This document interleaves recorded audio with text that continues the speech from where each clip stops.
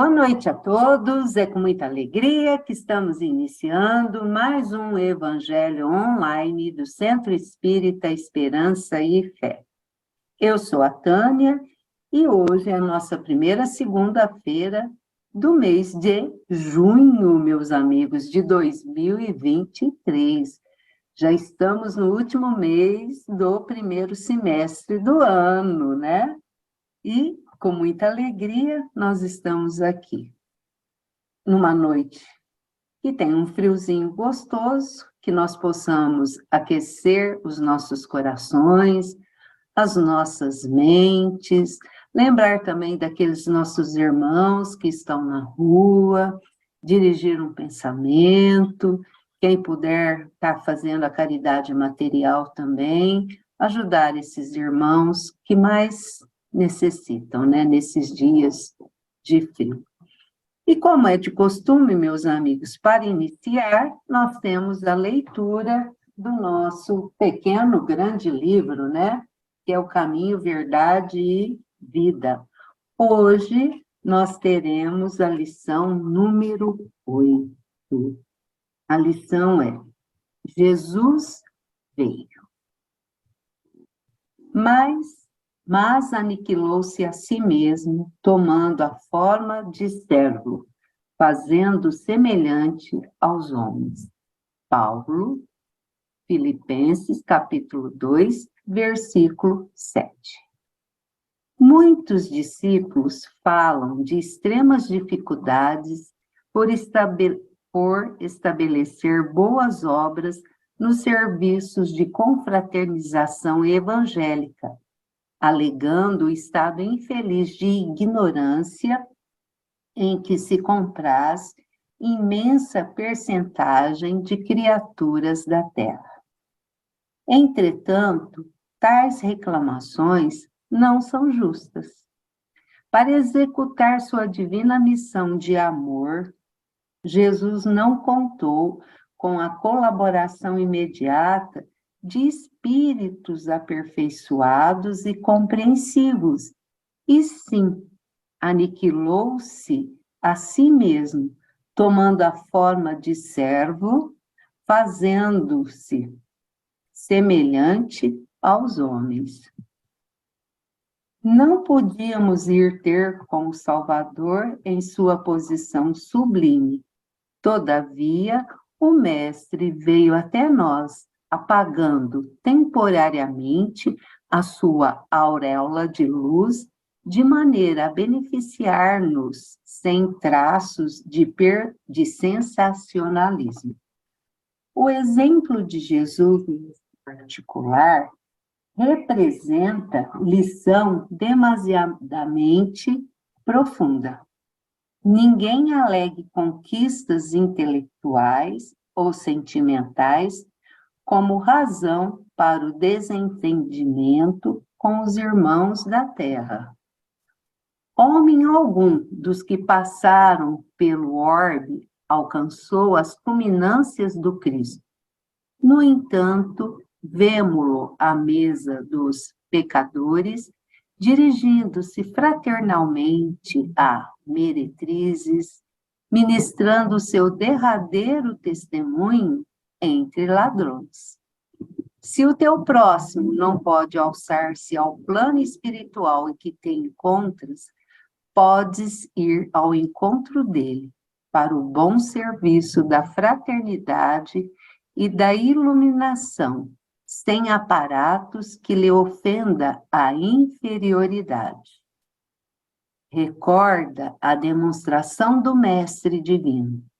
Para vir a nós, aniquilou a si próprio, ingressando no mundo como um filho sem berço e ausentando-se do trabalho glorioso como servo crucificado. Caminho, Verdade e Vida, Espírito Emmanuel, psicografia do nosso querido Francisco Cândido Xavier. E esse, meus irmãos, é o nosso querido Mestre Jesus, né? Que veio a nós para nos ajudar a compreender porque estamos aqui. E para iniciar essa noite, né? hoje que nós vamos ter a culminância do livro Paulo Estevam. Eu vou convidar a nossa amiga Iraídes, que irá fazer, primeiramente, a nossa oração inicial. Seja bem-vinda, Iraídes. Boa noite, Tânia. Boa noite, querida. Amigos a todos aí, irmãos queridos, encarnados e desencarnados. É com muita alegria, né? E Jesus sempre vem, porque estamos mais de um reunidos em seu nome, estamos aqui com o coração aberto, senão um único móvel, né? Receber essas sublimes vibrações de amor. Somente o Mestre pode irradiar ao nosso planeta, aos nossos lares, aos nossos corações, ainda tão distantes da sua luz, do entendimento, da verdadeira caridade, do verdadeiro amor ao próximo. Ainda estamos distantes. Mas, Mestre amado querido, junto à sua presença, queremos rogar pelos nossos irmãos. Talvez não aqueles que jazem na penúria material, mas por aqueles que choram moralmente, espiritualmente, aqueles cuja alma soluça por saudade de um ente querido, pelos filhos que debandaram o lar, pelos pais em conflito que não cumprem a missão, por aquelas crianças abandonadas, os velhinhos num catre, sem que ninguém o ampare, o assista, abandonado à sua solidão. Amado Mestre Jesus, o nosso planeta ainda é um campo de lágrima e dor. Vem sempre conosco, Jesus. Assim como sempre veio nos amparar, nos assistir, e com essa pleite de bondosos amigos espirituais, possa nesse instante, através das vibrações de amor de todos os corações que se elevam até você, rogando aos nossos irmãos que choram, sofrem, que se removem pesadelos, ou ainda aqueles que chafurdam na ignorância e na violência. Por ele, em nome de Jesus, que essas energias de paz, proveniente do seu doce coração, possa chegar até esses nossos irmãos.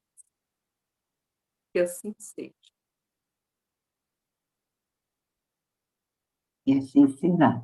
Muito obrigada, Iraídes. Meus amigos, então agora eu quero convidar a nossa amiga Valdete, né, que vai fazer a explanação do Paulo Estevam, e quero também comunicar que aqueles amigos que quiserem, que não conseguiu ver os outros episódios de Paulo Estevam, está lá na nossa playlist, no nosso canal, Esperança e Fé Connect, né? É só ir lá, clicar no playlist que vê todos os outros capítulos. E também, se tiver dificuldade, pode me chamar pelo WhatsApp, que aí eu mando o linkzinho da playlist, tá, meus amigos? Então, agora, vou convidar a nossa amiga querida, né, a Valdete, que irá fazer a explanação para nós. Boa noite, Valdete. Seja bem-vinda, minha amiga. Boa noite a todos, boa noite, Tânia. Boa noite, então, querida. Com muita alegria que vamos, se Deus quiser, concluir essa noite esse livro maravilhoso. E hoje é o 11º mês, foi quase um ano. Faltou um mês para completar um ano. Foi muito longo, né? Foi muito bom, foi de aprendizado, de reflexão. Mas foi longo demais, fica bem assim, espaçoso, truncado, aí é mais complicado às vezes acompanhar, né? Se fôssemos mais sintéticos, seria melhor. Não, mas aí com a playlist a gente volta lá e vai revendo. Então, nós vamos por aqui, a gente vai, então, para o último capítulo e começar no ano 63. A gente começou o livro no ano 34, e agora nós vamos finalizar no ano 64. Vimos que Paulo tinha chegado prisioneiro em Roma, e agora ele conseguiu a liberdade. Ao conseguir a liberdade, ele saiu daquele cômodo que era perto da prisão, que ele tomava até as refeições lá. O Lucas estava sempre ali, o Timóteo. Então, ele acabou indo para uma casinha perto de outra porta. Eu já vou mostrar outra porta lá de Roma. Eu já vou mostrar o mapa agora mesmo para vocês verem. Aí ele ficou um mês visitando as comunidades cristãs que já existiam ali em Roma, nos bairros, fez pregações nas catacumbas, porque os cristãos não tinham liberdade de ficar pregando assim publicamente, e fez um planejamento para ir para a Espanha. Ele era inquieto, ele queria ir mais além, mais além. Se o Brasil tivesse já sido descoberto, ele gostaria, de certo, de ter vindo até no Brasil. Mas ele foi para a ponta lá da Europa, na Península Ibérica, para a Espanha, que ele planejou ir. Mas nisso, um mês depois, então, que ele tinha sido liberto, ele recebeu uma carta do Simão Pedro, dizendo que ele estava indo para Roma e que ia chegar dentro de 10 dias com a família dele, a esposa, os filhos, e ainda com o João. O João, que estava em Éfeso, lá com Maria, veio junto com ele. E o Pedro, ele acabou, deixa eu mostrar aqui.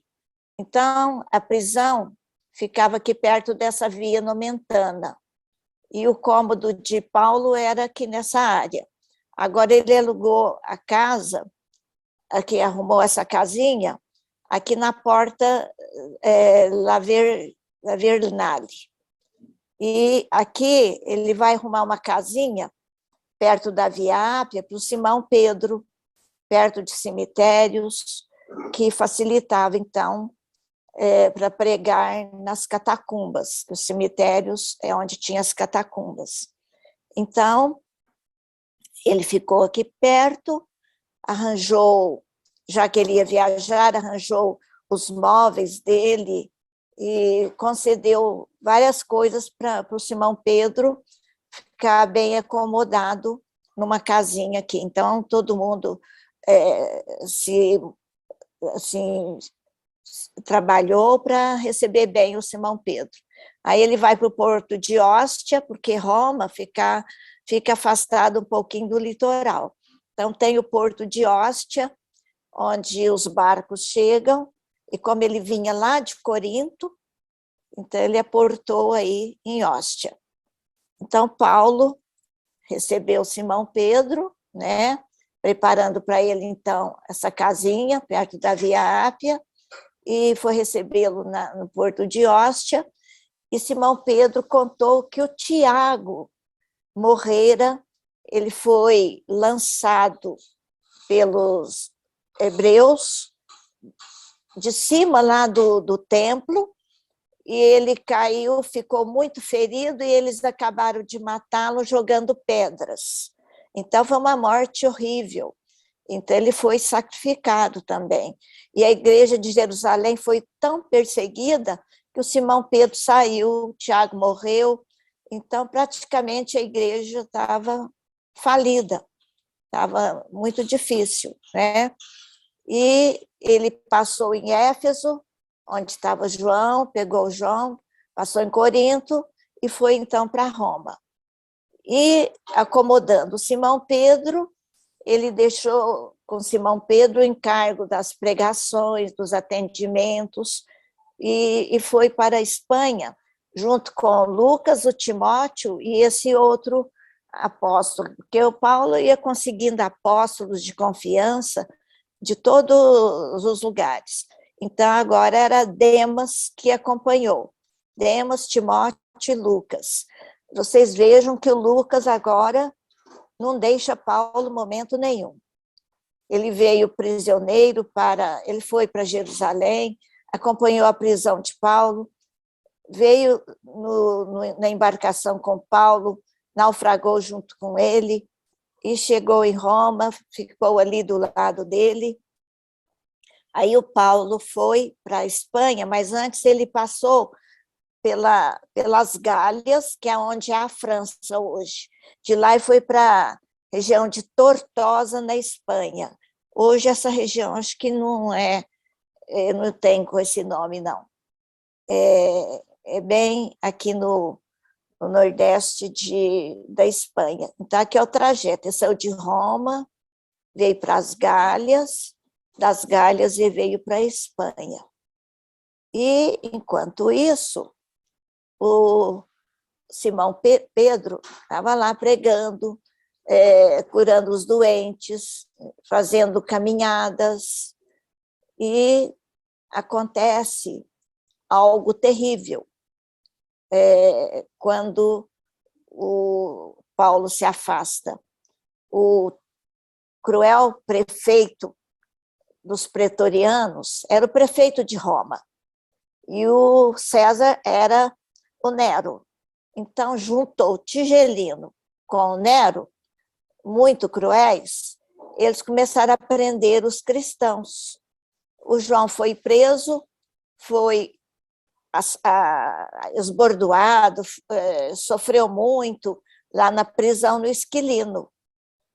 Aí, o que o Pedro fez? Eles não conseguiam tirar o João da prisão.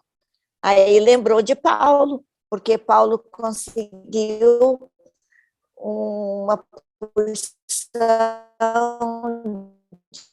de amigos de dentro lá do palácio de Nero, do César, do Nero. Ele era amigo do Paulo, conhecia o Paulo.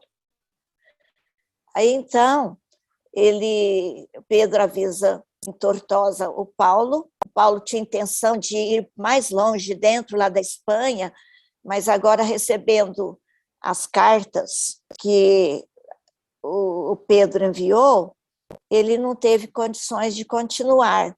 E ainda o Timóteo, que tinha ido com ele voltou lá para a Ásia, levando várias epístolas de Paulo, que Paulo escreveu lá para a Ásia, onde tinha todas aquelas cidades, Éfeso, Antioquia, Icônio, Listra, Perge, a Galácia, aonde ele havia trabalhado. Então, ele levou essas epístolas de Paulo, e Paulo, então, ficou com o Lucas. O outro apóstolo não cita aqui, mas deve ter vindo também com o Timóteo, porque só o Lucas ficou com o Paulo. Aí ele fez nova viagem, ele recebe o enviado lá de Pedro, aí ele volta para Roma. Ao retornar para Roma, ele vem em maio. Ele tinha ido lá para fevereiro de 63. Então, já fazia, gente, voltando aqui,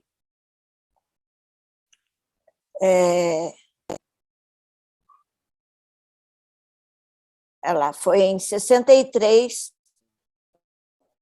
que ele foi para a Espanha.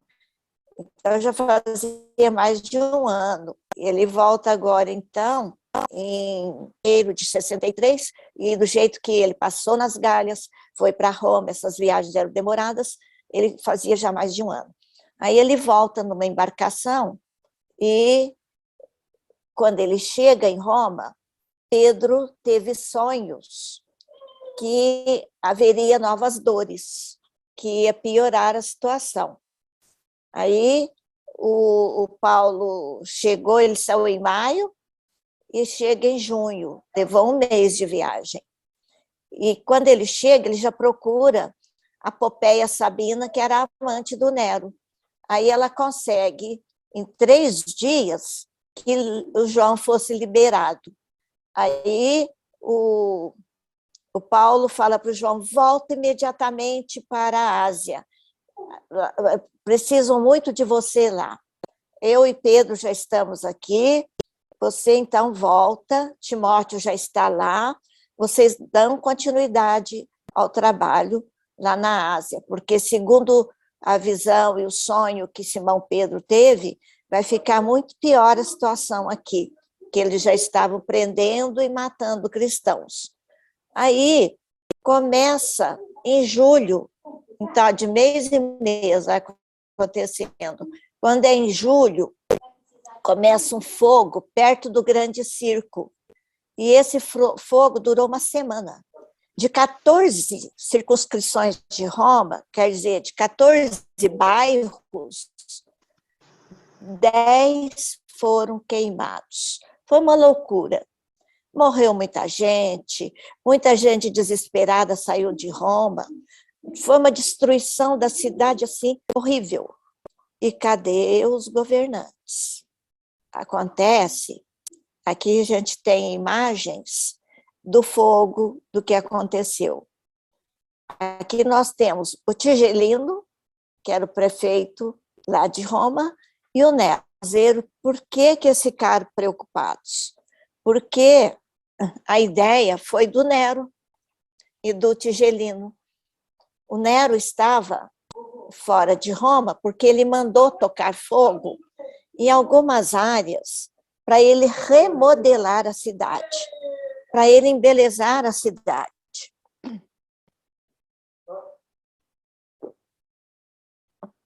Ele mandou pôr o fogo, né? Valdete, essa Oi. parte do fogo é aquela parte que a gente conhece na história, que Nero colocou fogo em Roma, então? É isso aí. Então, ele mandou tocar fogo para embelezar a cidade, mas ele não imaginou que o fogo ia espalhar tanto. E ele acabou vendo que o desastre foi gigantesco, foi muito maior do que ele pensou. E quando ele estava fora, que ele mandou pôr fogo e saiu fora da cidade. Foi para uma estação onde eles costumavam descansar, chamada Anzio. Aí eles pegaram e ficaram, ele e o Tigelino, abismado de ver o estrago. Aí agora, ele não podia assumir que ele que tinha mandado pôr fogo. Aí o Tigelino fala, põe a culpa nos cristãos. Aí foi o sonho de Simão Pedro. Os cristãos, tudo que era ruim, era imposto a eles. Aí mais esse desastre, então, foi colocada a culpa nos cristãos, que eles é que tinham sido os responsáveis por aquele fogaréu. Aí, isso foi em julho. Quando foi início de agosto, eles já tinham reconstruído o circo, porque o circo começou o fogo perto dele, aí eles quiseram comemorar cada reconstrução que eles faziam de algum prédio importante, de alguma área, a comemoração era o quê? Colocar cristãos no circo para ser devorados por animais ferozes, que eram trancafiados, que vinham lá da África, principalmente leões, tigres lá da Ásia, e que eles deixavam famintos para depois devorar os cristãos da maneira mais cruel, uma carnificina horrorosa. Então, eles puseram a culpa, e eles eram colocados em cruzes, eles eram amarrados em postes, todo tipo de pena cruel. Eles eram besuntados com óleo, e nos postes eles tocavam fogo nos cristãos vivos para poder iluminar ali a cidade. Nas cruzes, eles eram crucificados, tipo Jesus, né? E quando foi, daí, agosto, setembro, outubro, daí 2 meses, 3 meses, muitos cristãos acabaram voltando para a Ásia, porque eles viram que o destino deles ia ficar terrível. E daí ficou Simão Pedro, o Paulo e o Lucas. E eles foram aprisionados, né? Menos o Paulo e o Lucas, que estava fora das catacumbas. Como o Paulo foi preso junto com o Pedro nas catacumbas, né? Ele recorreu a Nero e a Tigelino. Aí, na frente do Nero e do Tigelino, eles viram a facilidade que ele tinha para falar, para reivindicar, né? Ele, então, impressionou e deixou meio amedrontado o Nero e o Tigelino, e um cochichou com o outro. Deixa, vamos prendendo os outros e deixa esse aí para a hora da festa do circo. Então, o Paulo foi liberado, mas Simão Pedro foi preso e o Lucas não, porque o Lucas não estava ali nas catacumbas. Aqui é a cidade de Anzio, onde o Nero ficou escondido até o fogo acontecer em Roma. Não era muito longe, esse ficou ali perto, mas aqui Nápoles, ó, só para vocês terem uma ideia, tá? Nápoles fica mais aqui ao sul, e Anzio fica aqui, ó, bem no litoral. Ele estava veraneando lá enquanto Roma pegava fogo, né? Esse circo máximo hoje só tem isso, ó, só essas ruínas. Mas aqui é como ele era, ó. Aqui cabia 300 mil pessoas. E aqui havia corridas, aqui, as pessoas que moravam aqui perto, dava para avistar aqui dos prédios os espetáculos. Então, juntando quem às vezes ficava em volta e quem ficava aqui dentro do circo, dava 500 mil pessoas vendo os espetáculos. Vocês têm uma ideia, o Maracanã, antes de ser reformado, era 100 mil pessoas, agora acho que é 70 mil. Aqui é 300 mil. E esse aqui não é aquele redondo que tem hoje, que é esqueci o nome dele. Maracanã? Não, lá em Roma. Todo mundo pensa que o grande... O Coliseu. O Coliseu, hoje o povo vai visitar Roma, visita o Coliseu. Eles acham que é esse grande circo, mas não é. Esse grande circo só tem aqui, ó, uma pista verde, um restinho das muralhas. Não é aquele Coliseu alto, com vários andares. Coliseu é mais novo que o grande circo, mas também tinha espetáculos. Aí, então, Paulo, ó, como já está envelhecido, ele já estava com quase 60 anos, ao quebrado, e aqui o Nero, Tigelino, né? E vendo a perspicácia do Paulo, ele achou melhor não prendê-lo muito antes. Aí Paulo ficou com Lucas, na casinha de 2 cristãos, Lino e Cláudia, perto da Porta Capena, onde o Pedro morava. Aí, de 3 em 3 dias, o Paulo ia na prisão visitar os prisioneiros, na prisão mamertina. E lá nessa casinha, ele escrevia cartas, Lucas ajudava ele a escrever, mas tem 2 cartas, que uma era aos Hebreus, quando ele estava preso, e ele escreveu sozinho. E essa carta, que a segunda, a Timóteo, ele escreveu chorando, e ele escreveu sozinho. É uma das cartas mais bonitas, não é tão longa. Como Timóteo era jovem, Timóteo era aquele neto da Eunice e da Lídia. Não, é Eunice, e eu esqueci o nome da mãe, lá de Listra. Depois ele veio para Corinto, porque os avós dele eram dali da Grécia, e a avó também veio, a Eunice. A Lloyd, a mãe dele era a Lloyd.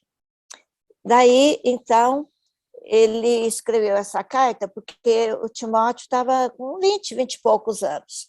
E essa carta é ótima para a gente ler aos jovens, porque ele dá instruções maravilhosas, orientações maravilhosas aos jovens. E depois de algumas semanas, no fim, então, de 64, que já tinha passado outubro, novembro, aí eles prendem o Paulo na casa do Lino, após a meia-noite, e leva o casal também. Só que o Lucas foi dormir fora. E o Lucas, novamente, não é preso.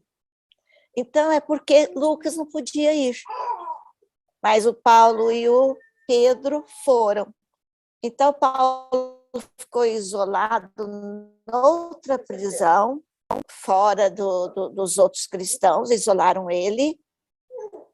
E no dia seguinte, levaram os cristãos ao circo, e no alvorecer do dia, no amanhecer do dia, o Paulo foi levado por 6 homens em uma carruagem lá para a Vila Ápia, na saída de Roma. E ele muito sereno, muito calmo, os olhos brilhantes, com muita coragem moral, ele fala para aquele que tirou a espada, aquele soldado, que tremeu a mão para degolá-lo. Aí ele fala assim: vão aniquilar só o meu corpo. E fala para o soldado: chore por ti, compadece de ti e cumpra o seu dever. Quer dizer, o soldado já estava temendo aquela figura muito tranquila, olhos muito vivazes, brilhantes, calmo, corajoso, apesar de ser muito idoso para aquela época, o corpo estava alquebrado, mas ele ainda fala, chamando a atenção do soldado, mexendo na consciência dele: chore por ti, compadece de ti, cumpra seu dever. Aí, com a mão trêmula, o soldado o degola. Aqui vocês viram o soldado, eram 6 que tinham levado ele numa carruagem, nessa estrada da Vila Ápia, um pouquinho distante, perto de uma árvore. Aí ele é degolado, né? Ele sente na garganta dor. E o corpo dele foi transportado para longe ali daquele lugar, né? E um pouco longe. E quando ele é transportado, ele se sente fraco, se sente cego, orou, ele estava ajoelhado, ele não conseguia levantar-se, mas depois que ele orou, ele levantou-se, ouviu alguns passos e era Ananias, novamente, que lhe curou novamente a cegueira, como lá em Damasco.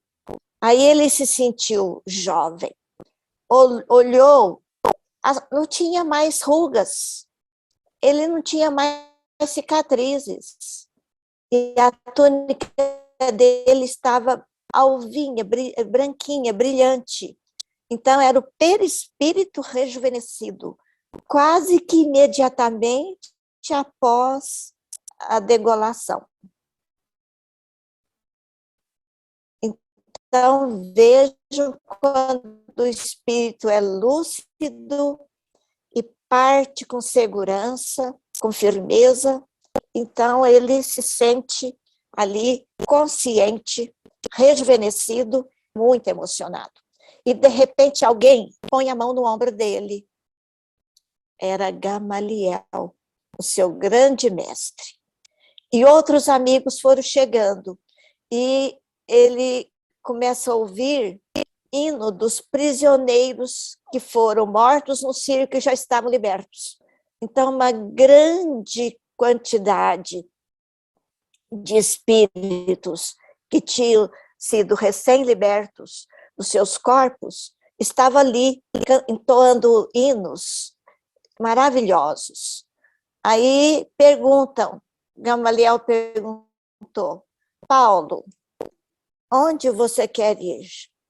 Aí ele pensa, desejo ir a Jerusalém, onde errei tanto, e eu quero lá agradecer a Jesus a jornada que eu tracei em minha existência.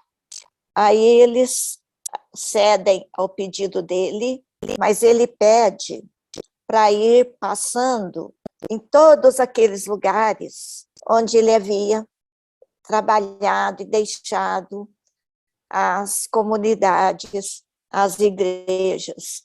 E assim eles fazem.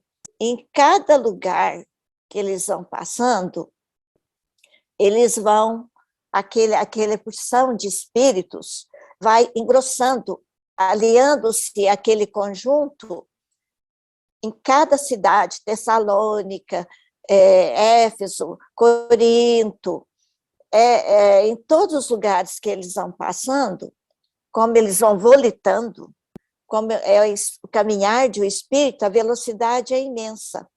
Aí vão aderindo àquele conjunto de espíritos, os que também tinham desencarnados depois que o Paulo passou por ali naquelas cidades.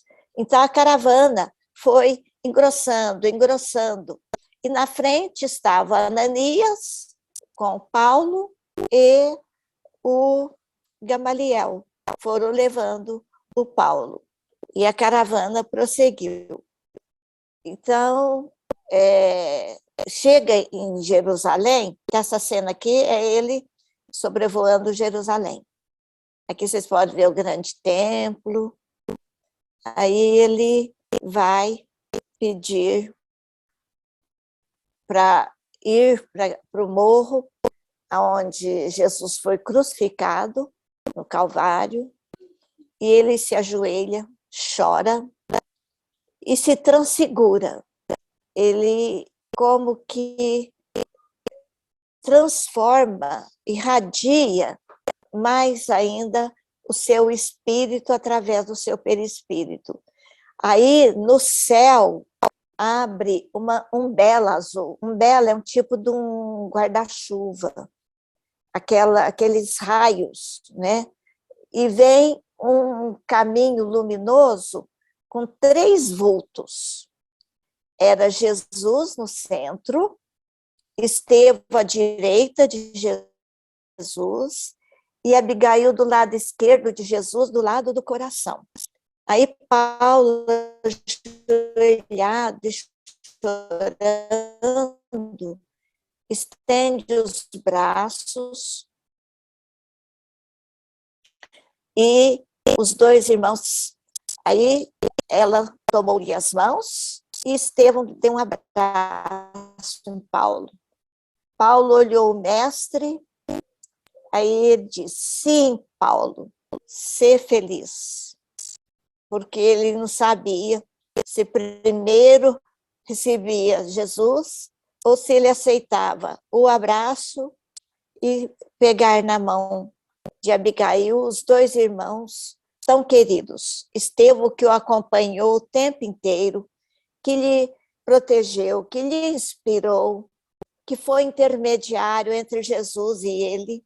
Por isso que eu digo que o Estevão, e outro dia vi uma live que também diz, Estevão veio, e o próprio Emmanuel, na introdução do Paulo Estevão, diz, não existiria Paulo sem Estevão. Então, Estevão foi o espírito que intermediou entre Jesus e Paulo no seu trabalho. Jesus escolheu Paulo, mas colocou Estevão como seu intermediário junto a Paulo. E foi preciso de acontecer tanta coisa o Paulo, muito apaixonado, muito fiel ao que ele conhecia, ele demorou um pouquinho para poder aceitar Jesus. Jesus teve que ir, então, aparecer pessoalmente para ele despertar. E então Jesus diz: sim, Paulo, ser feliz. Aí aqui eu estou mostrando o que é a umbela, o que é quando o sol, quando vem muita luz e no meio vem algum personagem, né? Aí é a cena de Paulo com os 3 personagens. E no fim, Jesus fala. Eu não pus a fala aqui. Fala para ele ser feliz e fala. Estevão diz: o mestre quer que no reino de Deus, não, Jesus que fala para ele, Deus quer que os seus algozes, as suas vítimas e os seus algozes estejam unidos no seu reino. Quem era a vítima? O Estevão. Quem era o algoz? O Paulo. Agora juntos iam para junto de Jesus, continuar cooperando com Jesus sob a égide de Deus. O Pai, acima de tudo, quer sempre reunir no seu rebanho, no seu seio, no seu reino de amor, vítimas e algozes. E assim, todos presenciando essa cena, partiram para o infinito e seguiram Jesus, todos eles, os cristãos que mereceram, que lutaram por Jesus. Por isso que eles não tinham medo, por isso que eles defenderam Jesus, se entregaram por Jesus, porque eles sabiam que era uma maneira de defender o evangelho de Jesus e ser um instrumento pequenino para servir a Jesus. Hoje a gente sabe que não tem o circo, não tem esses problemas, mas a gente tem que vencer, como Kardec já combatia muito, o materialismo. E essas correntes materialistas que perturbam tanto o trabalho do bem, o trabalho de Jesus, e que até menosprezar Jesus, diminuir Jesus, eles fazem isso. Então, as correntes materialistas hoje é que são o grande entrave para o trabalho de Jesus. Nós somos muito apegados no agora, no ter, e o ser vai ficando afastado. E continuar trabalhando pelo equilíbrio da família, porque através da família é que a gente equilibra a sociedade.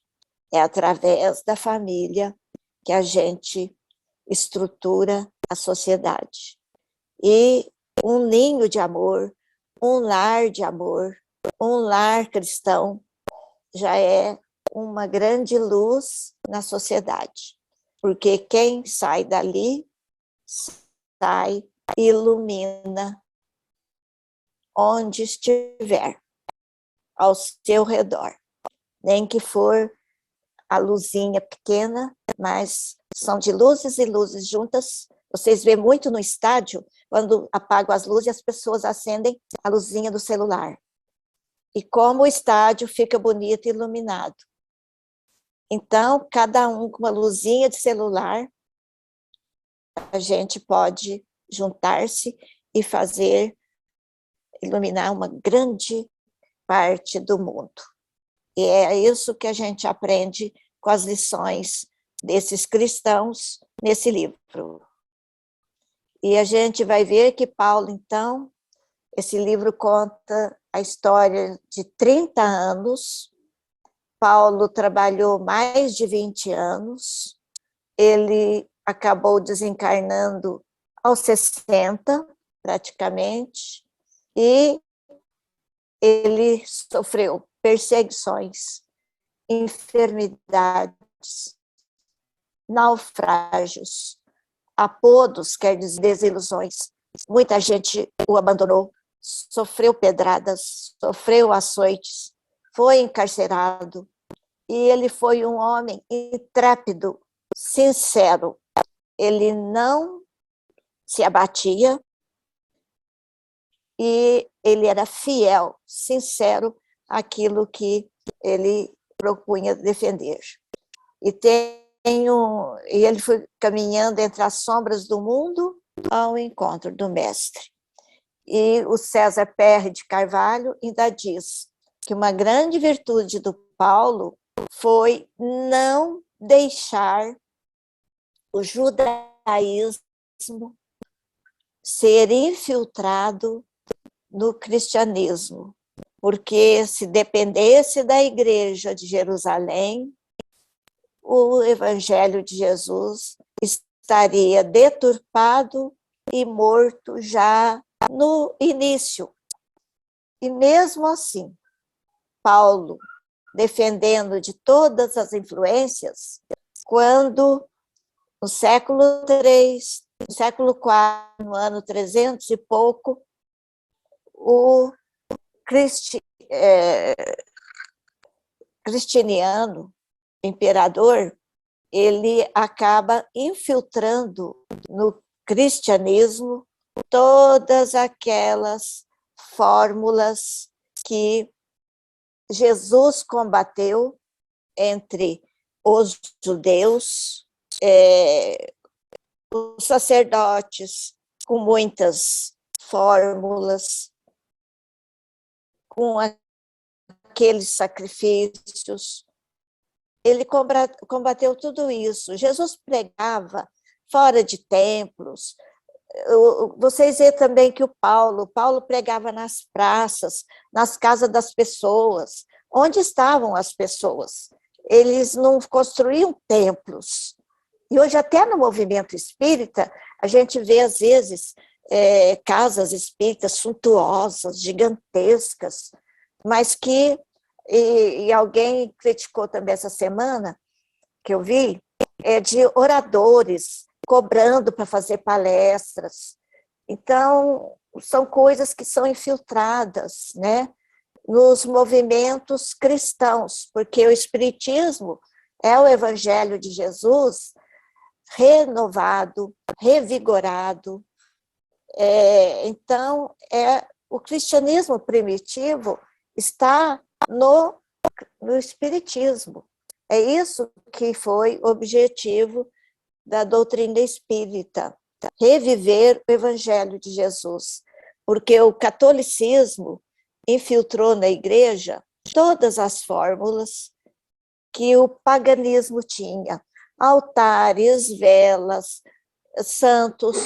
É lógico que isso tudo, o André Luiz principalmente, mostra que para quem acredita ali e não tem outra perspectiva,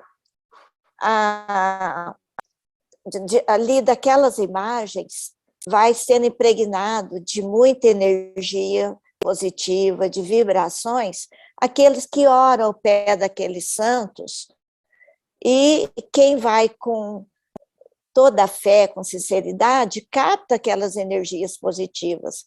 A hóstia, por exemplo, é uma farinha, mas André Luiz mostra que quem recebe aquela hóstia com toda a fé e confiança, que vai melhorar seu astral, que vai se tornar assim com mais energia, com mais vigor, aquela hóstia desce com uma luz. Mas aquele que toma a hóstia por tomar, ela desce como um pedaço de farinha. Isso André Luiz até mostra. Então, nós temos que ver que a doutrina espírita veio derrubar todas essas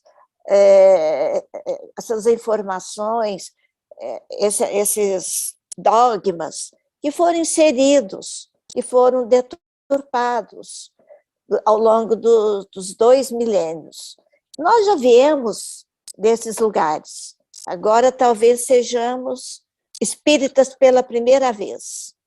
Então a gente tem que nos observar e ver que quanto menos formos apegados a fórmulas e termos mais fé e confiança, com sinceridade, e usarmos palavras com toda a sinceridade do coração, com amor, com confiança, a gente está exercendo realmente, vivenciando realmente o Evangelho de Jesus.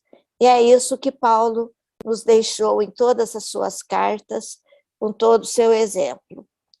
Aqui eu tinha colocado algumas datas, né? O tempo todo que ele foi fazendo as viagens, quando foi preso. Um resuminho, mas não adianta ficar repetindo, porque...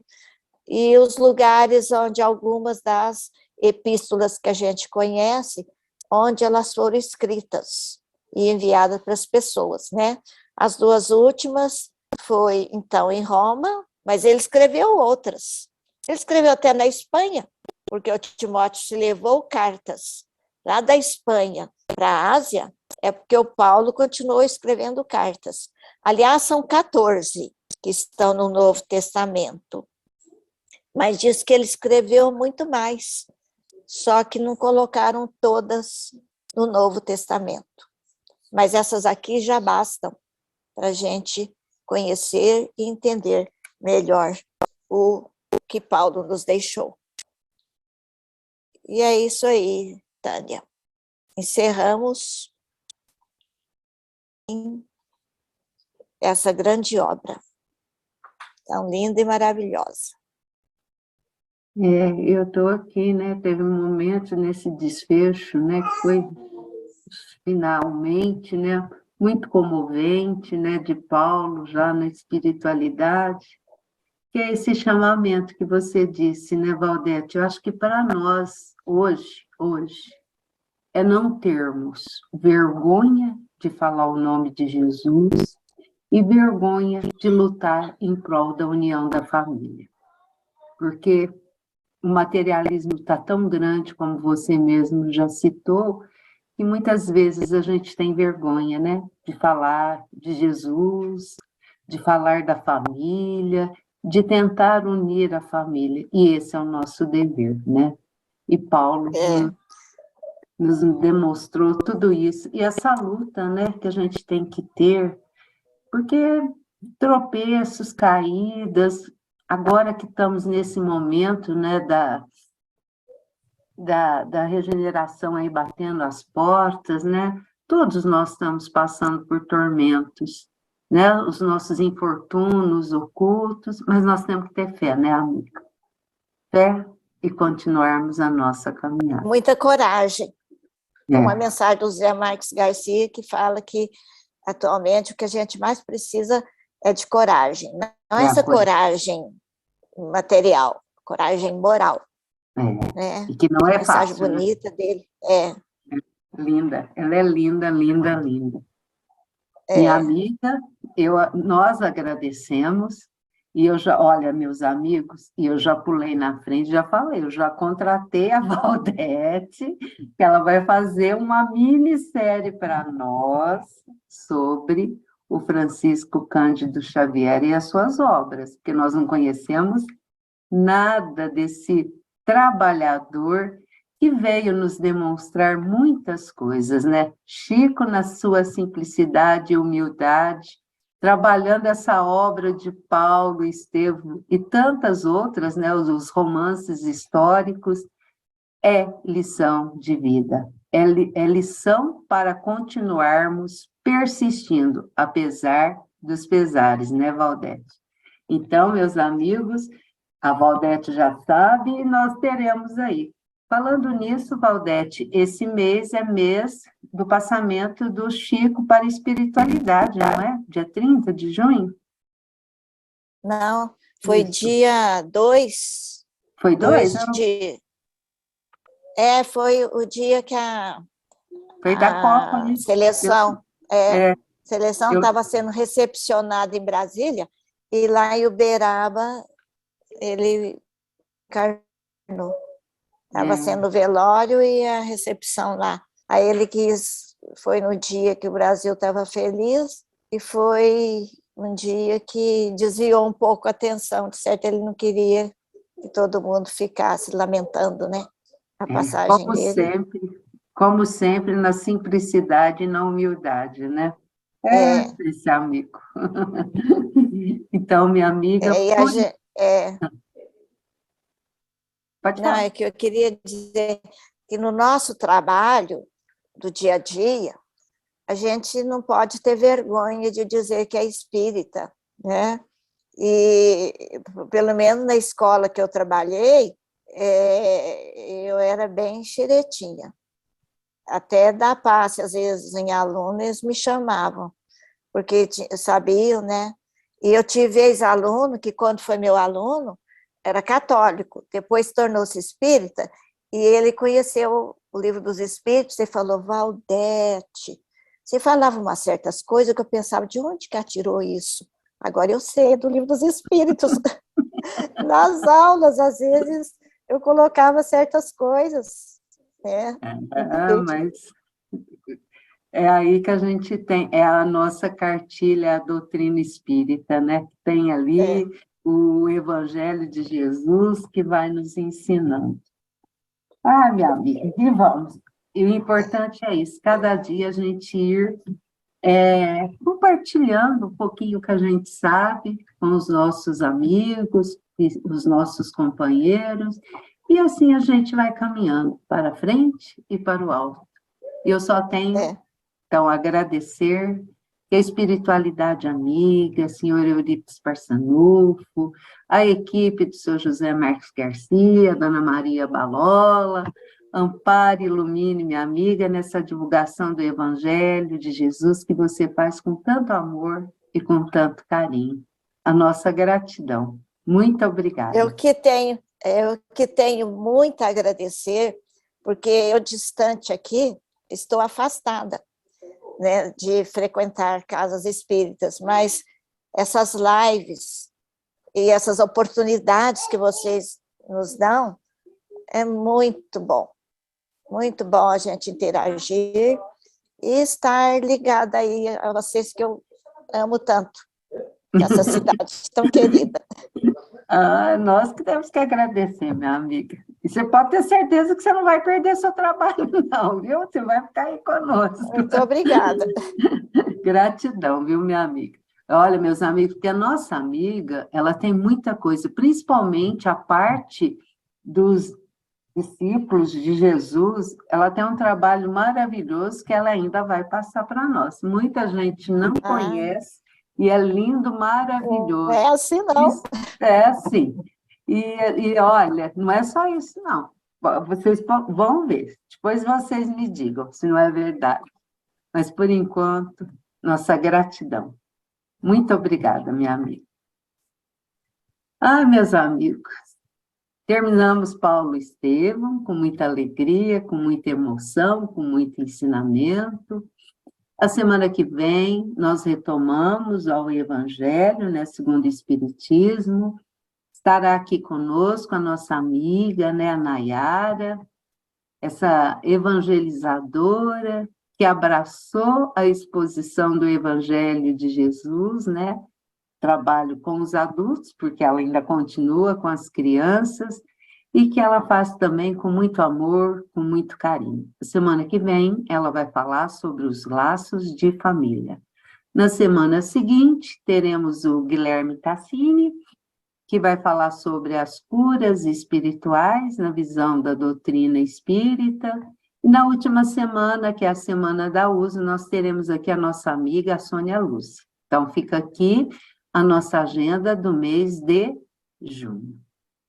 E agora, nós vamos para as nossas vibrações finais.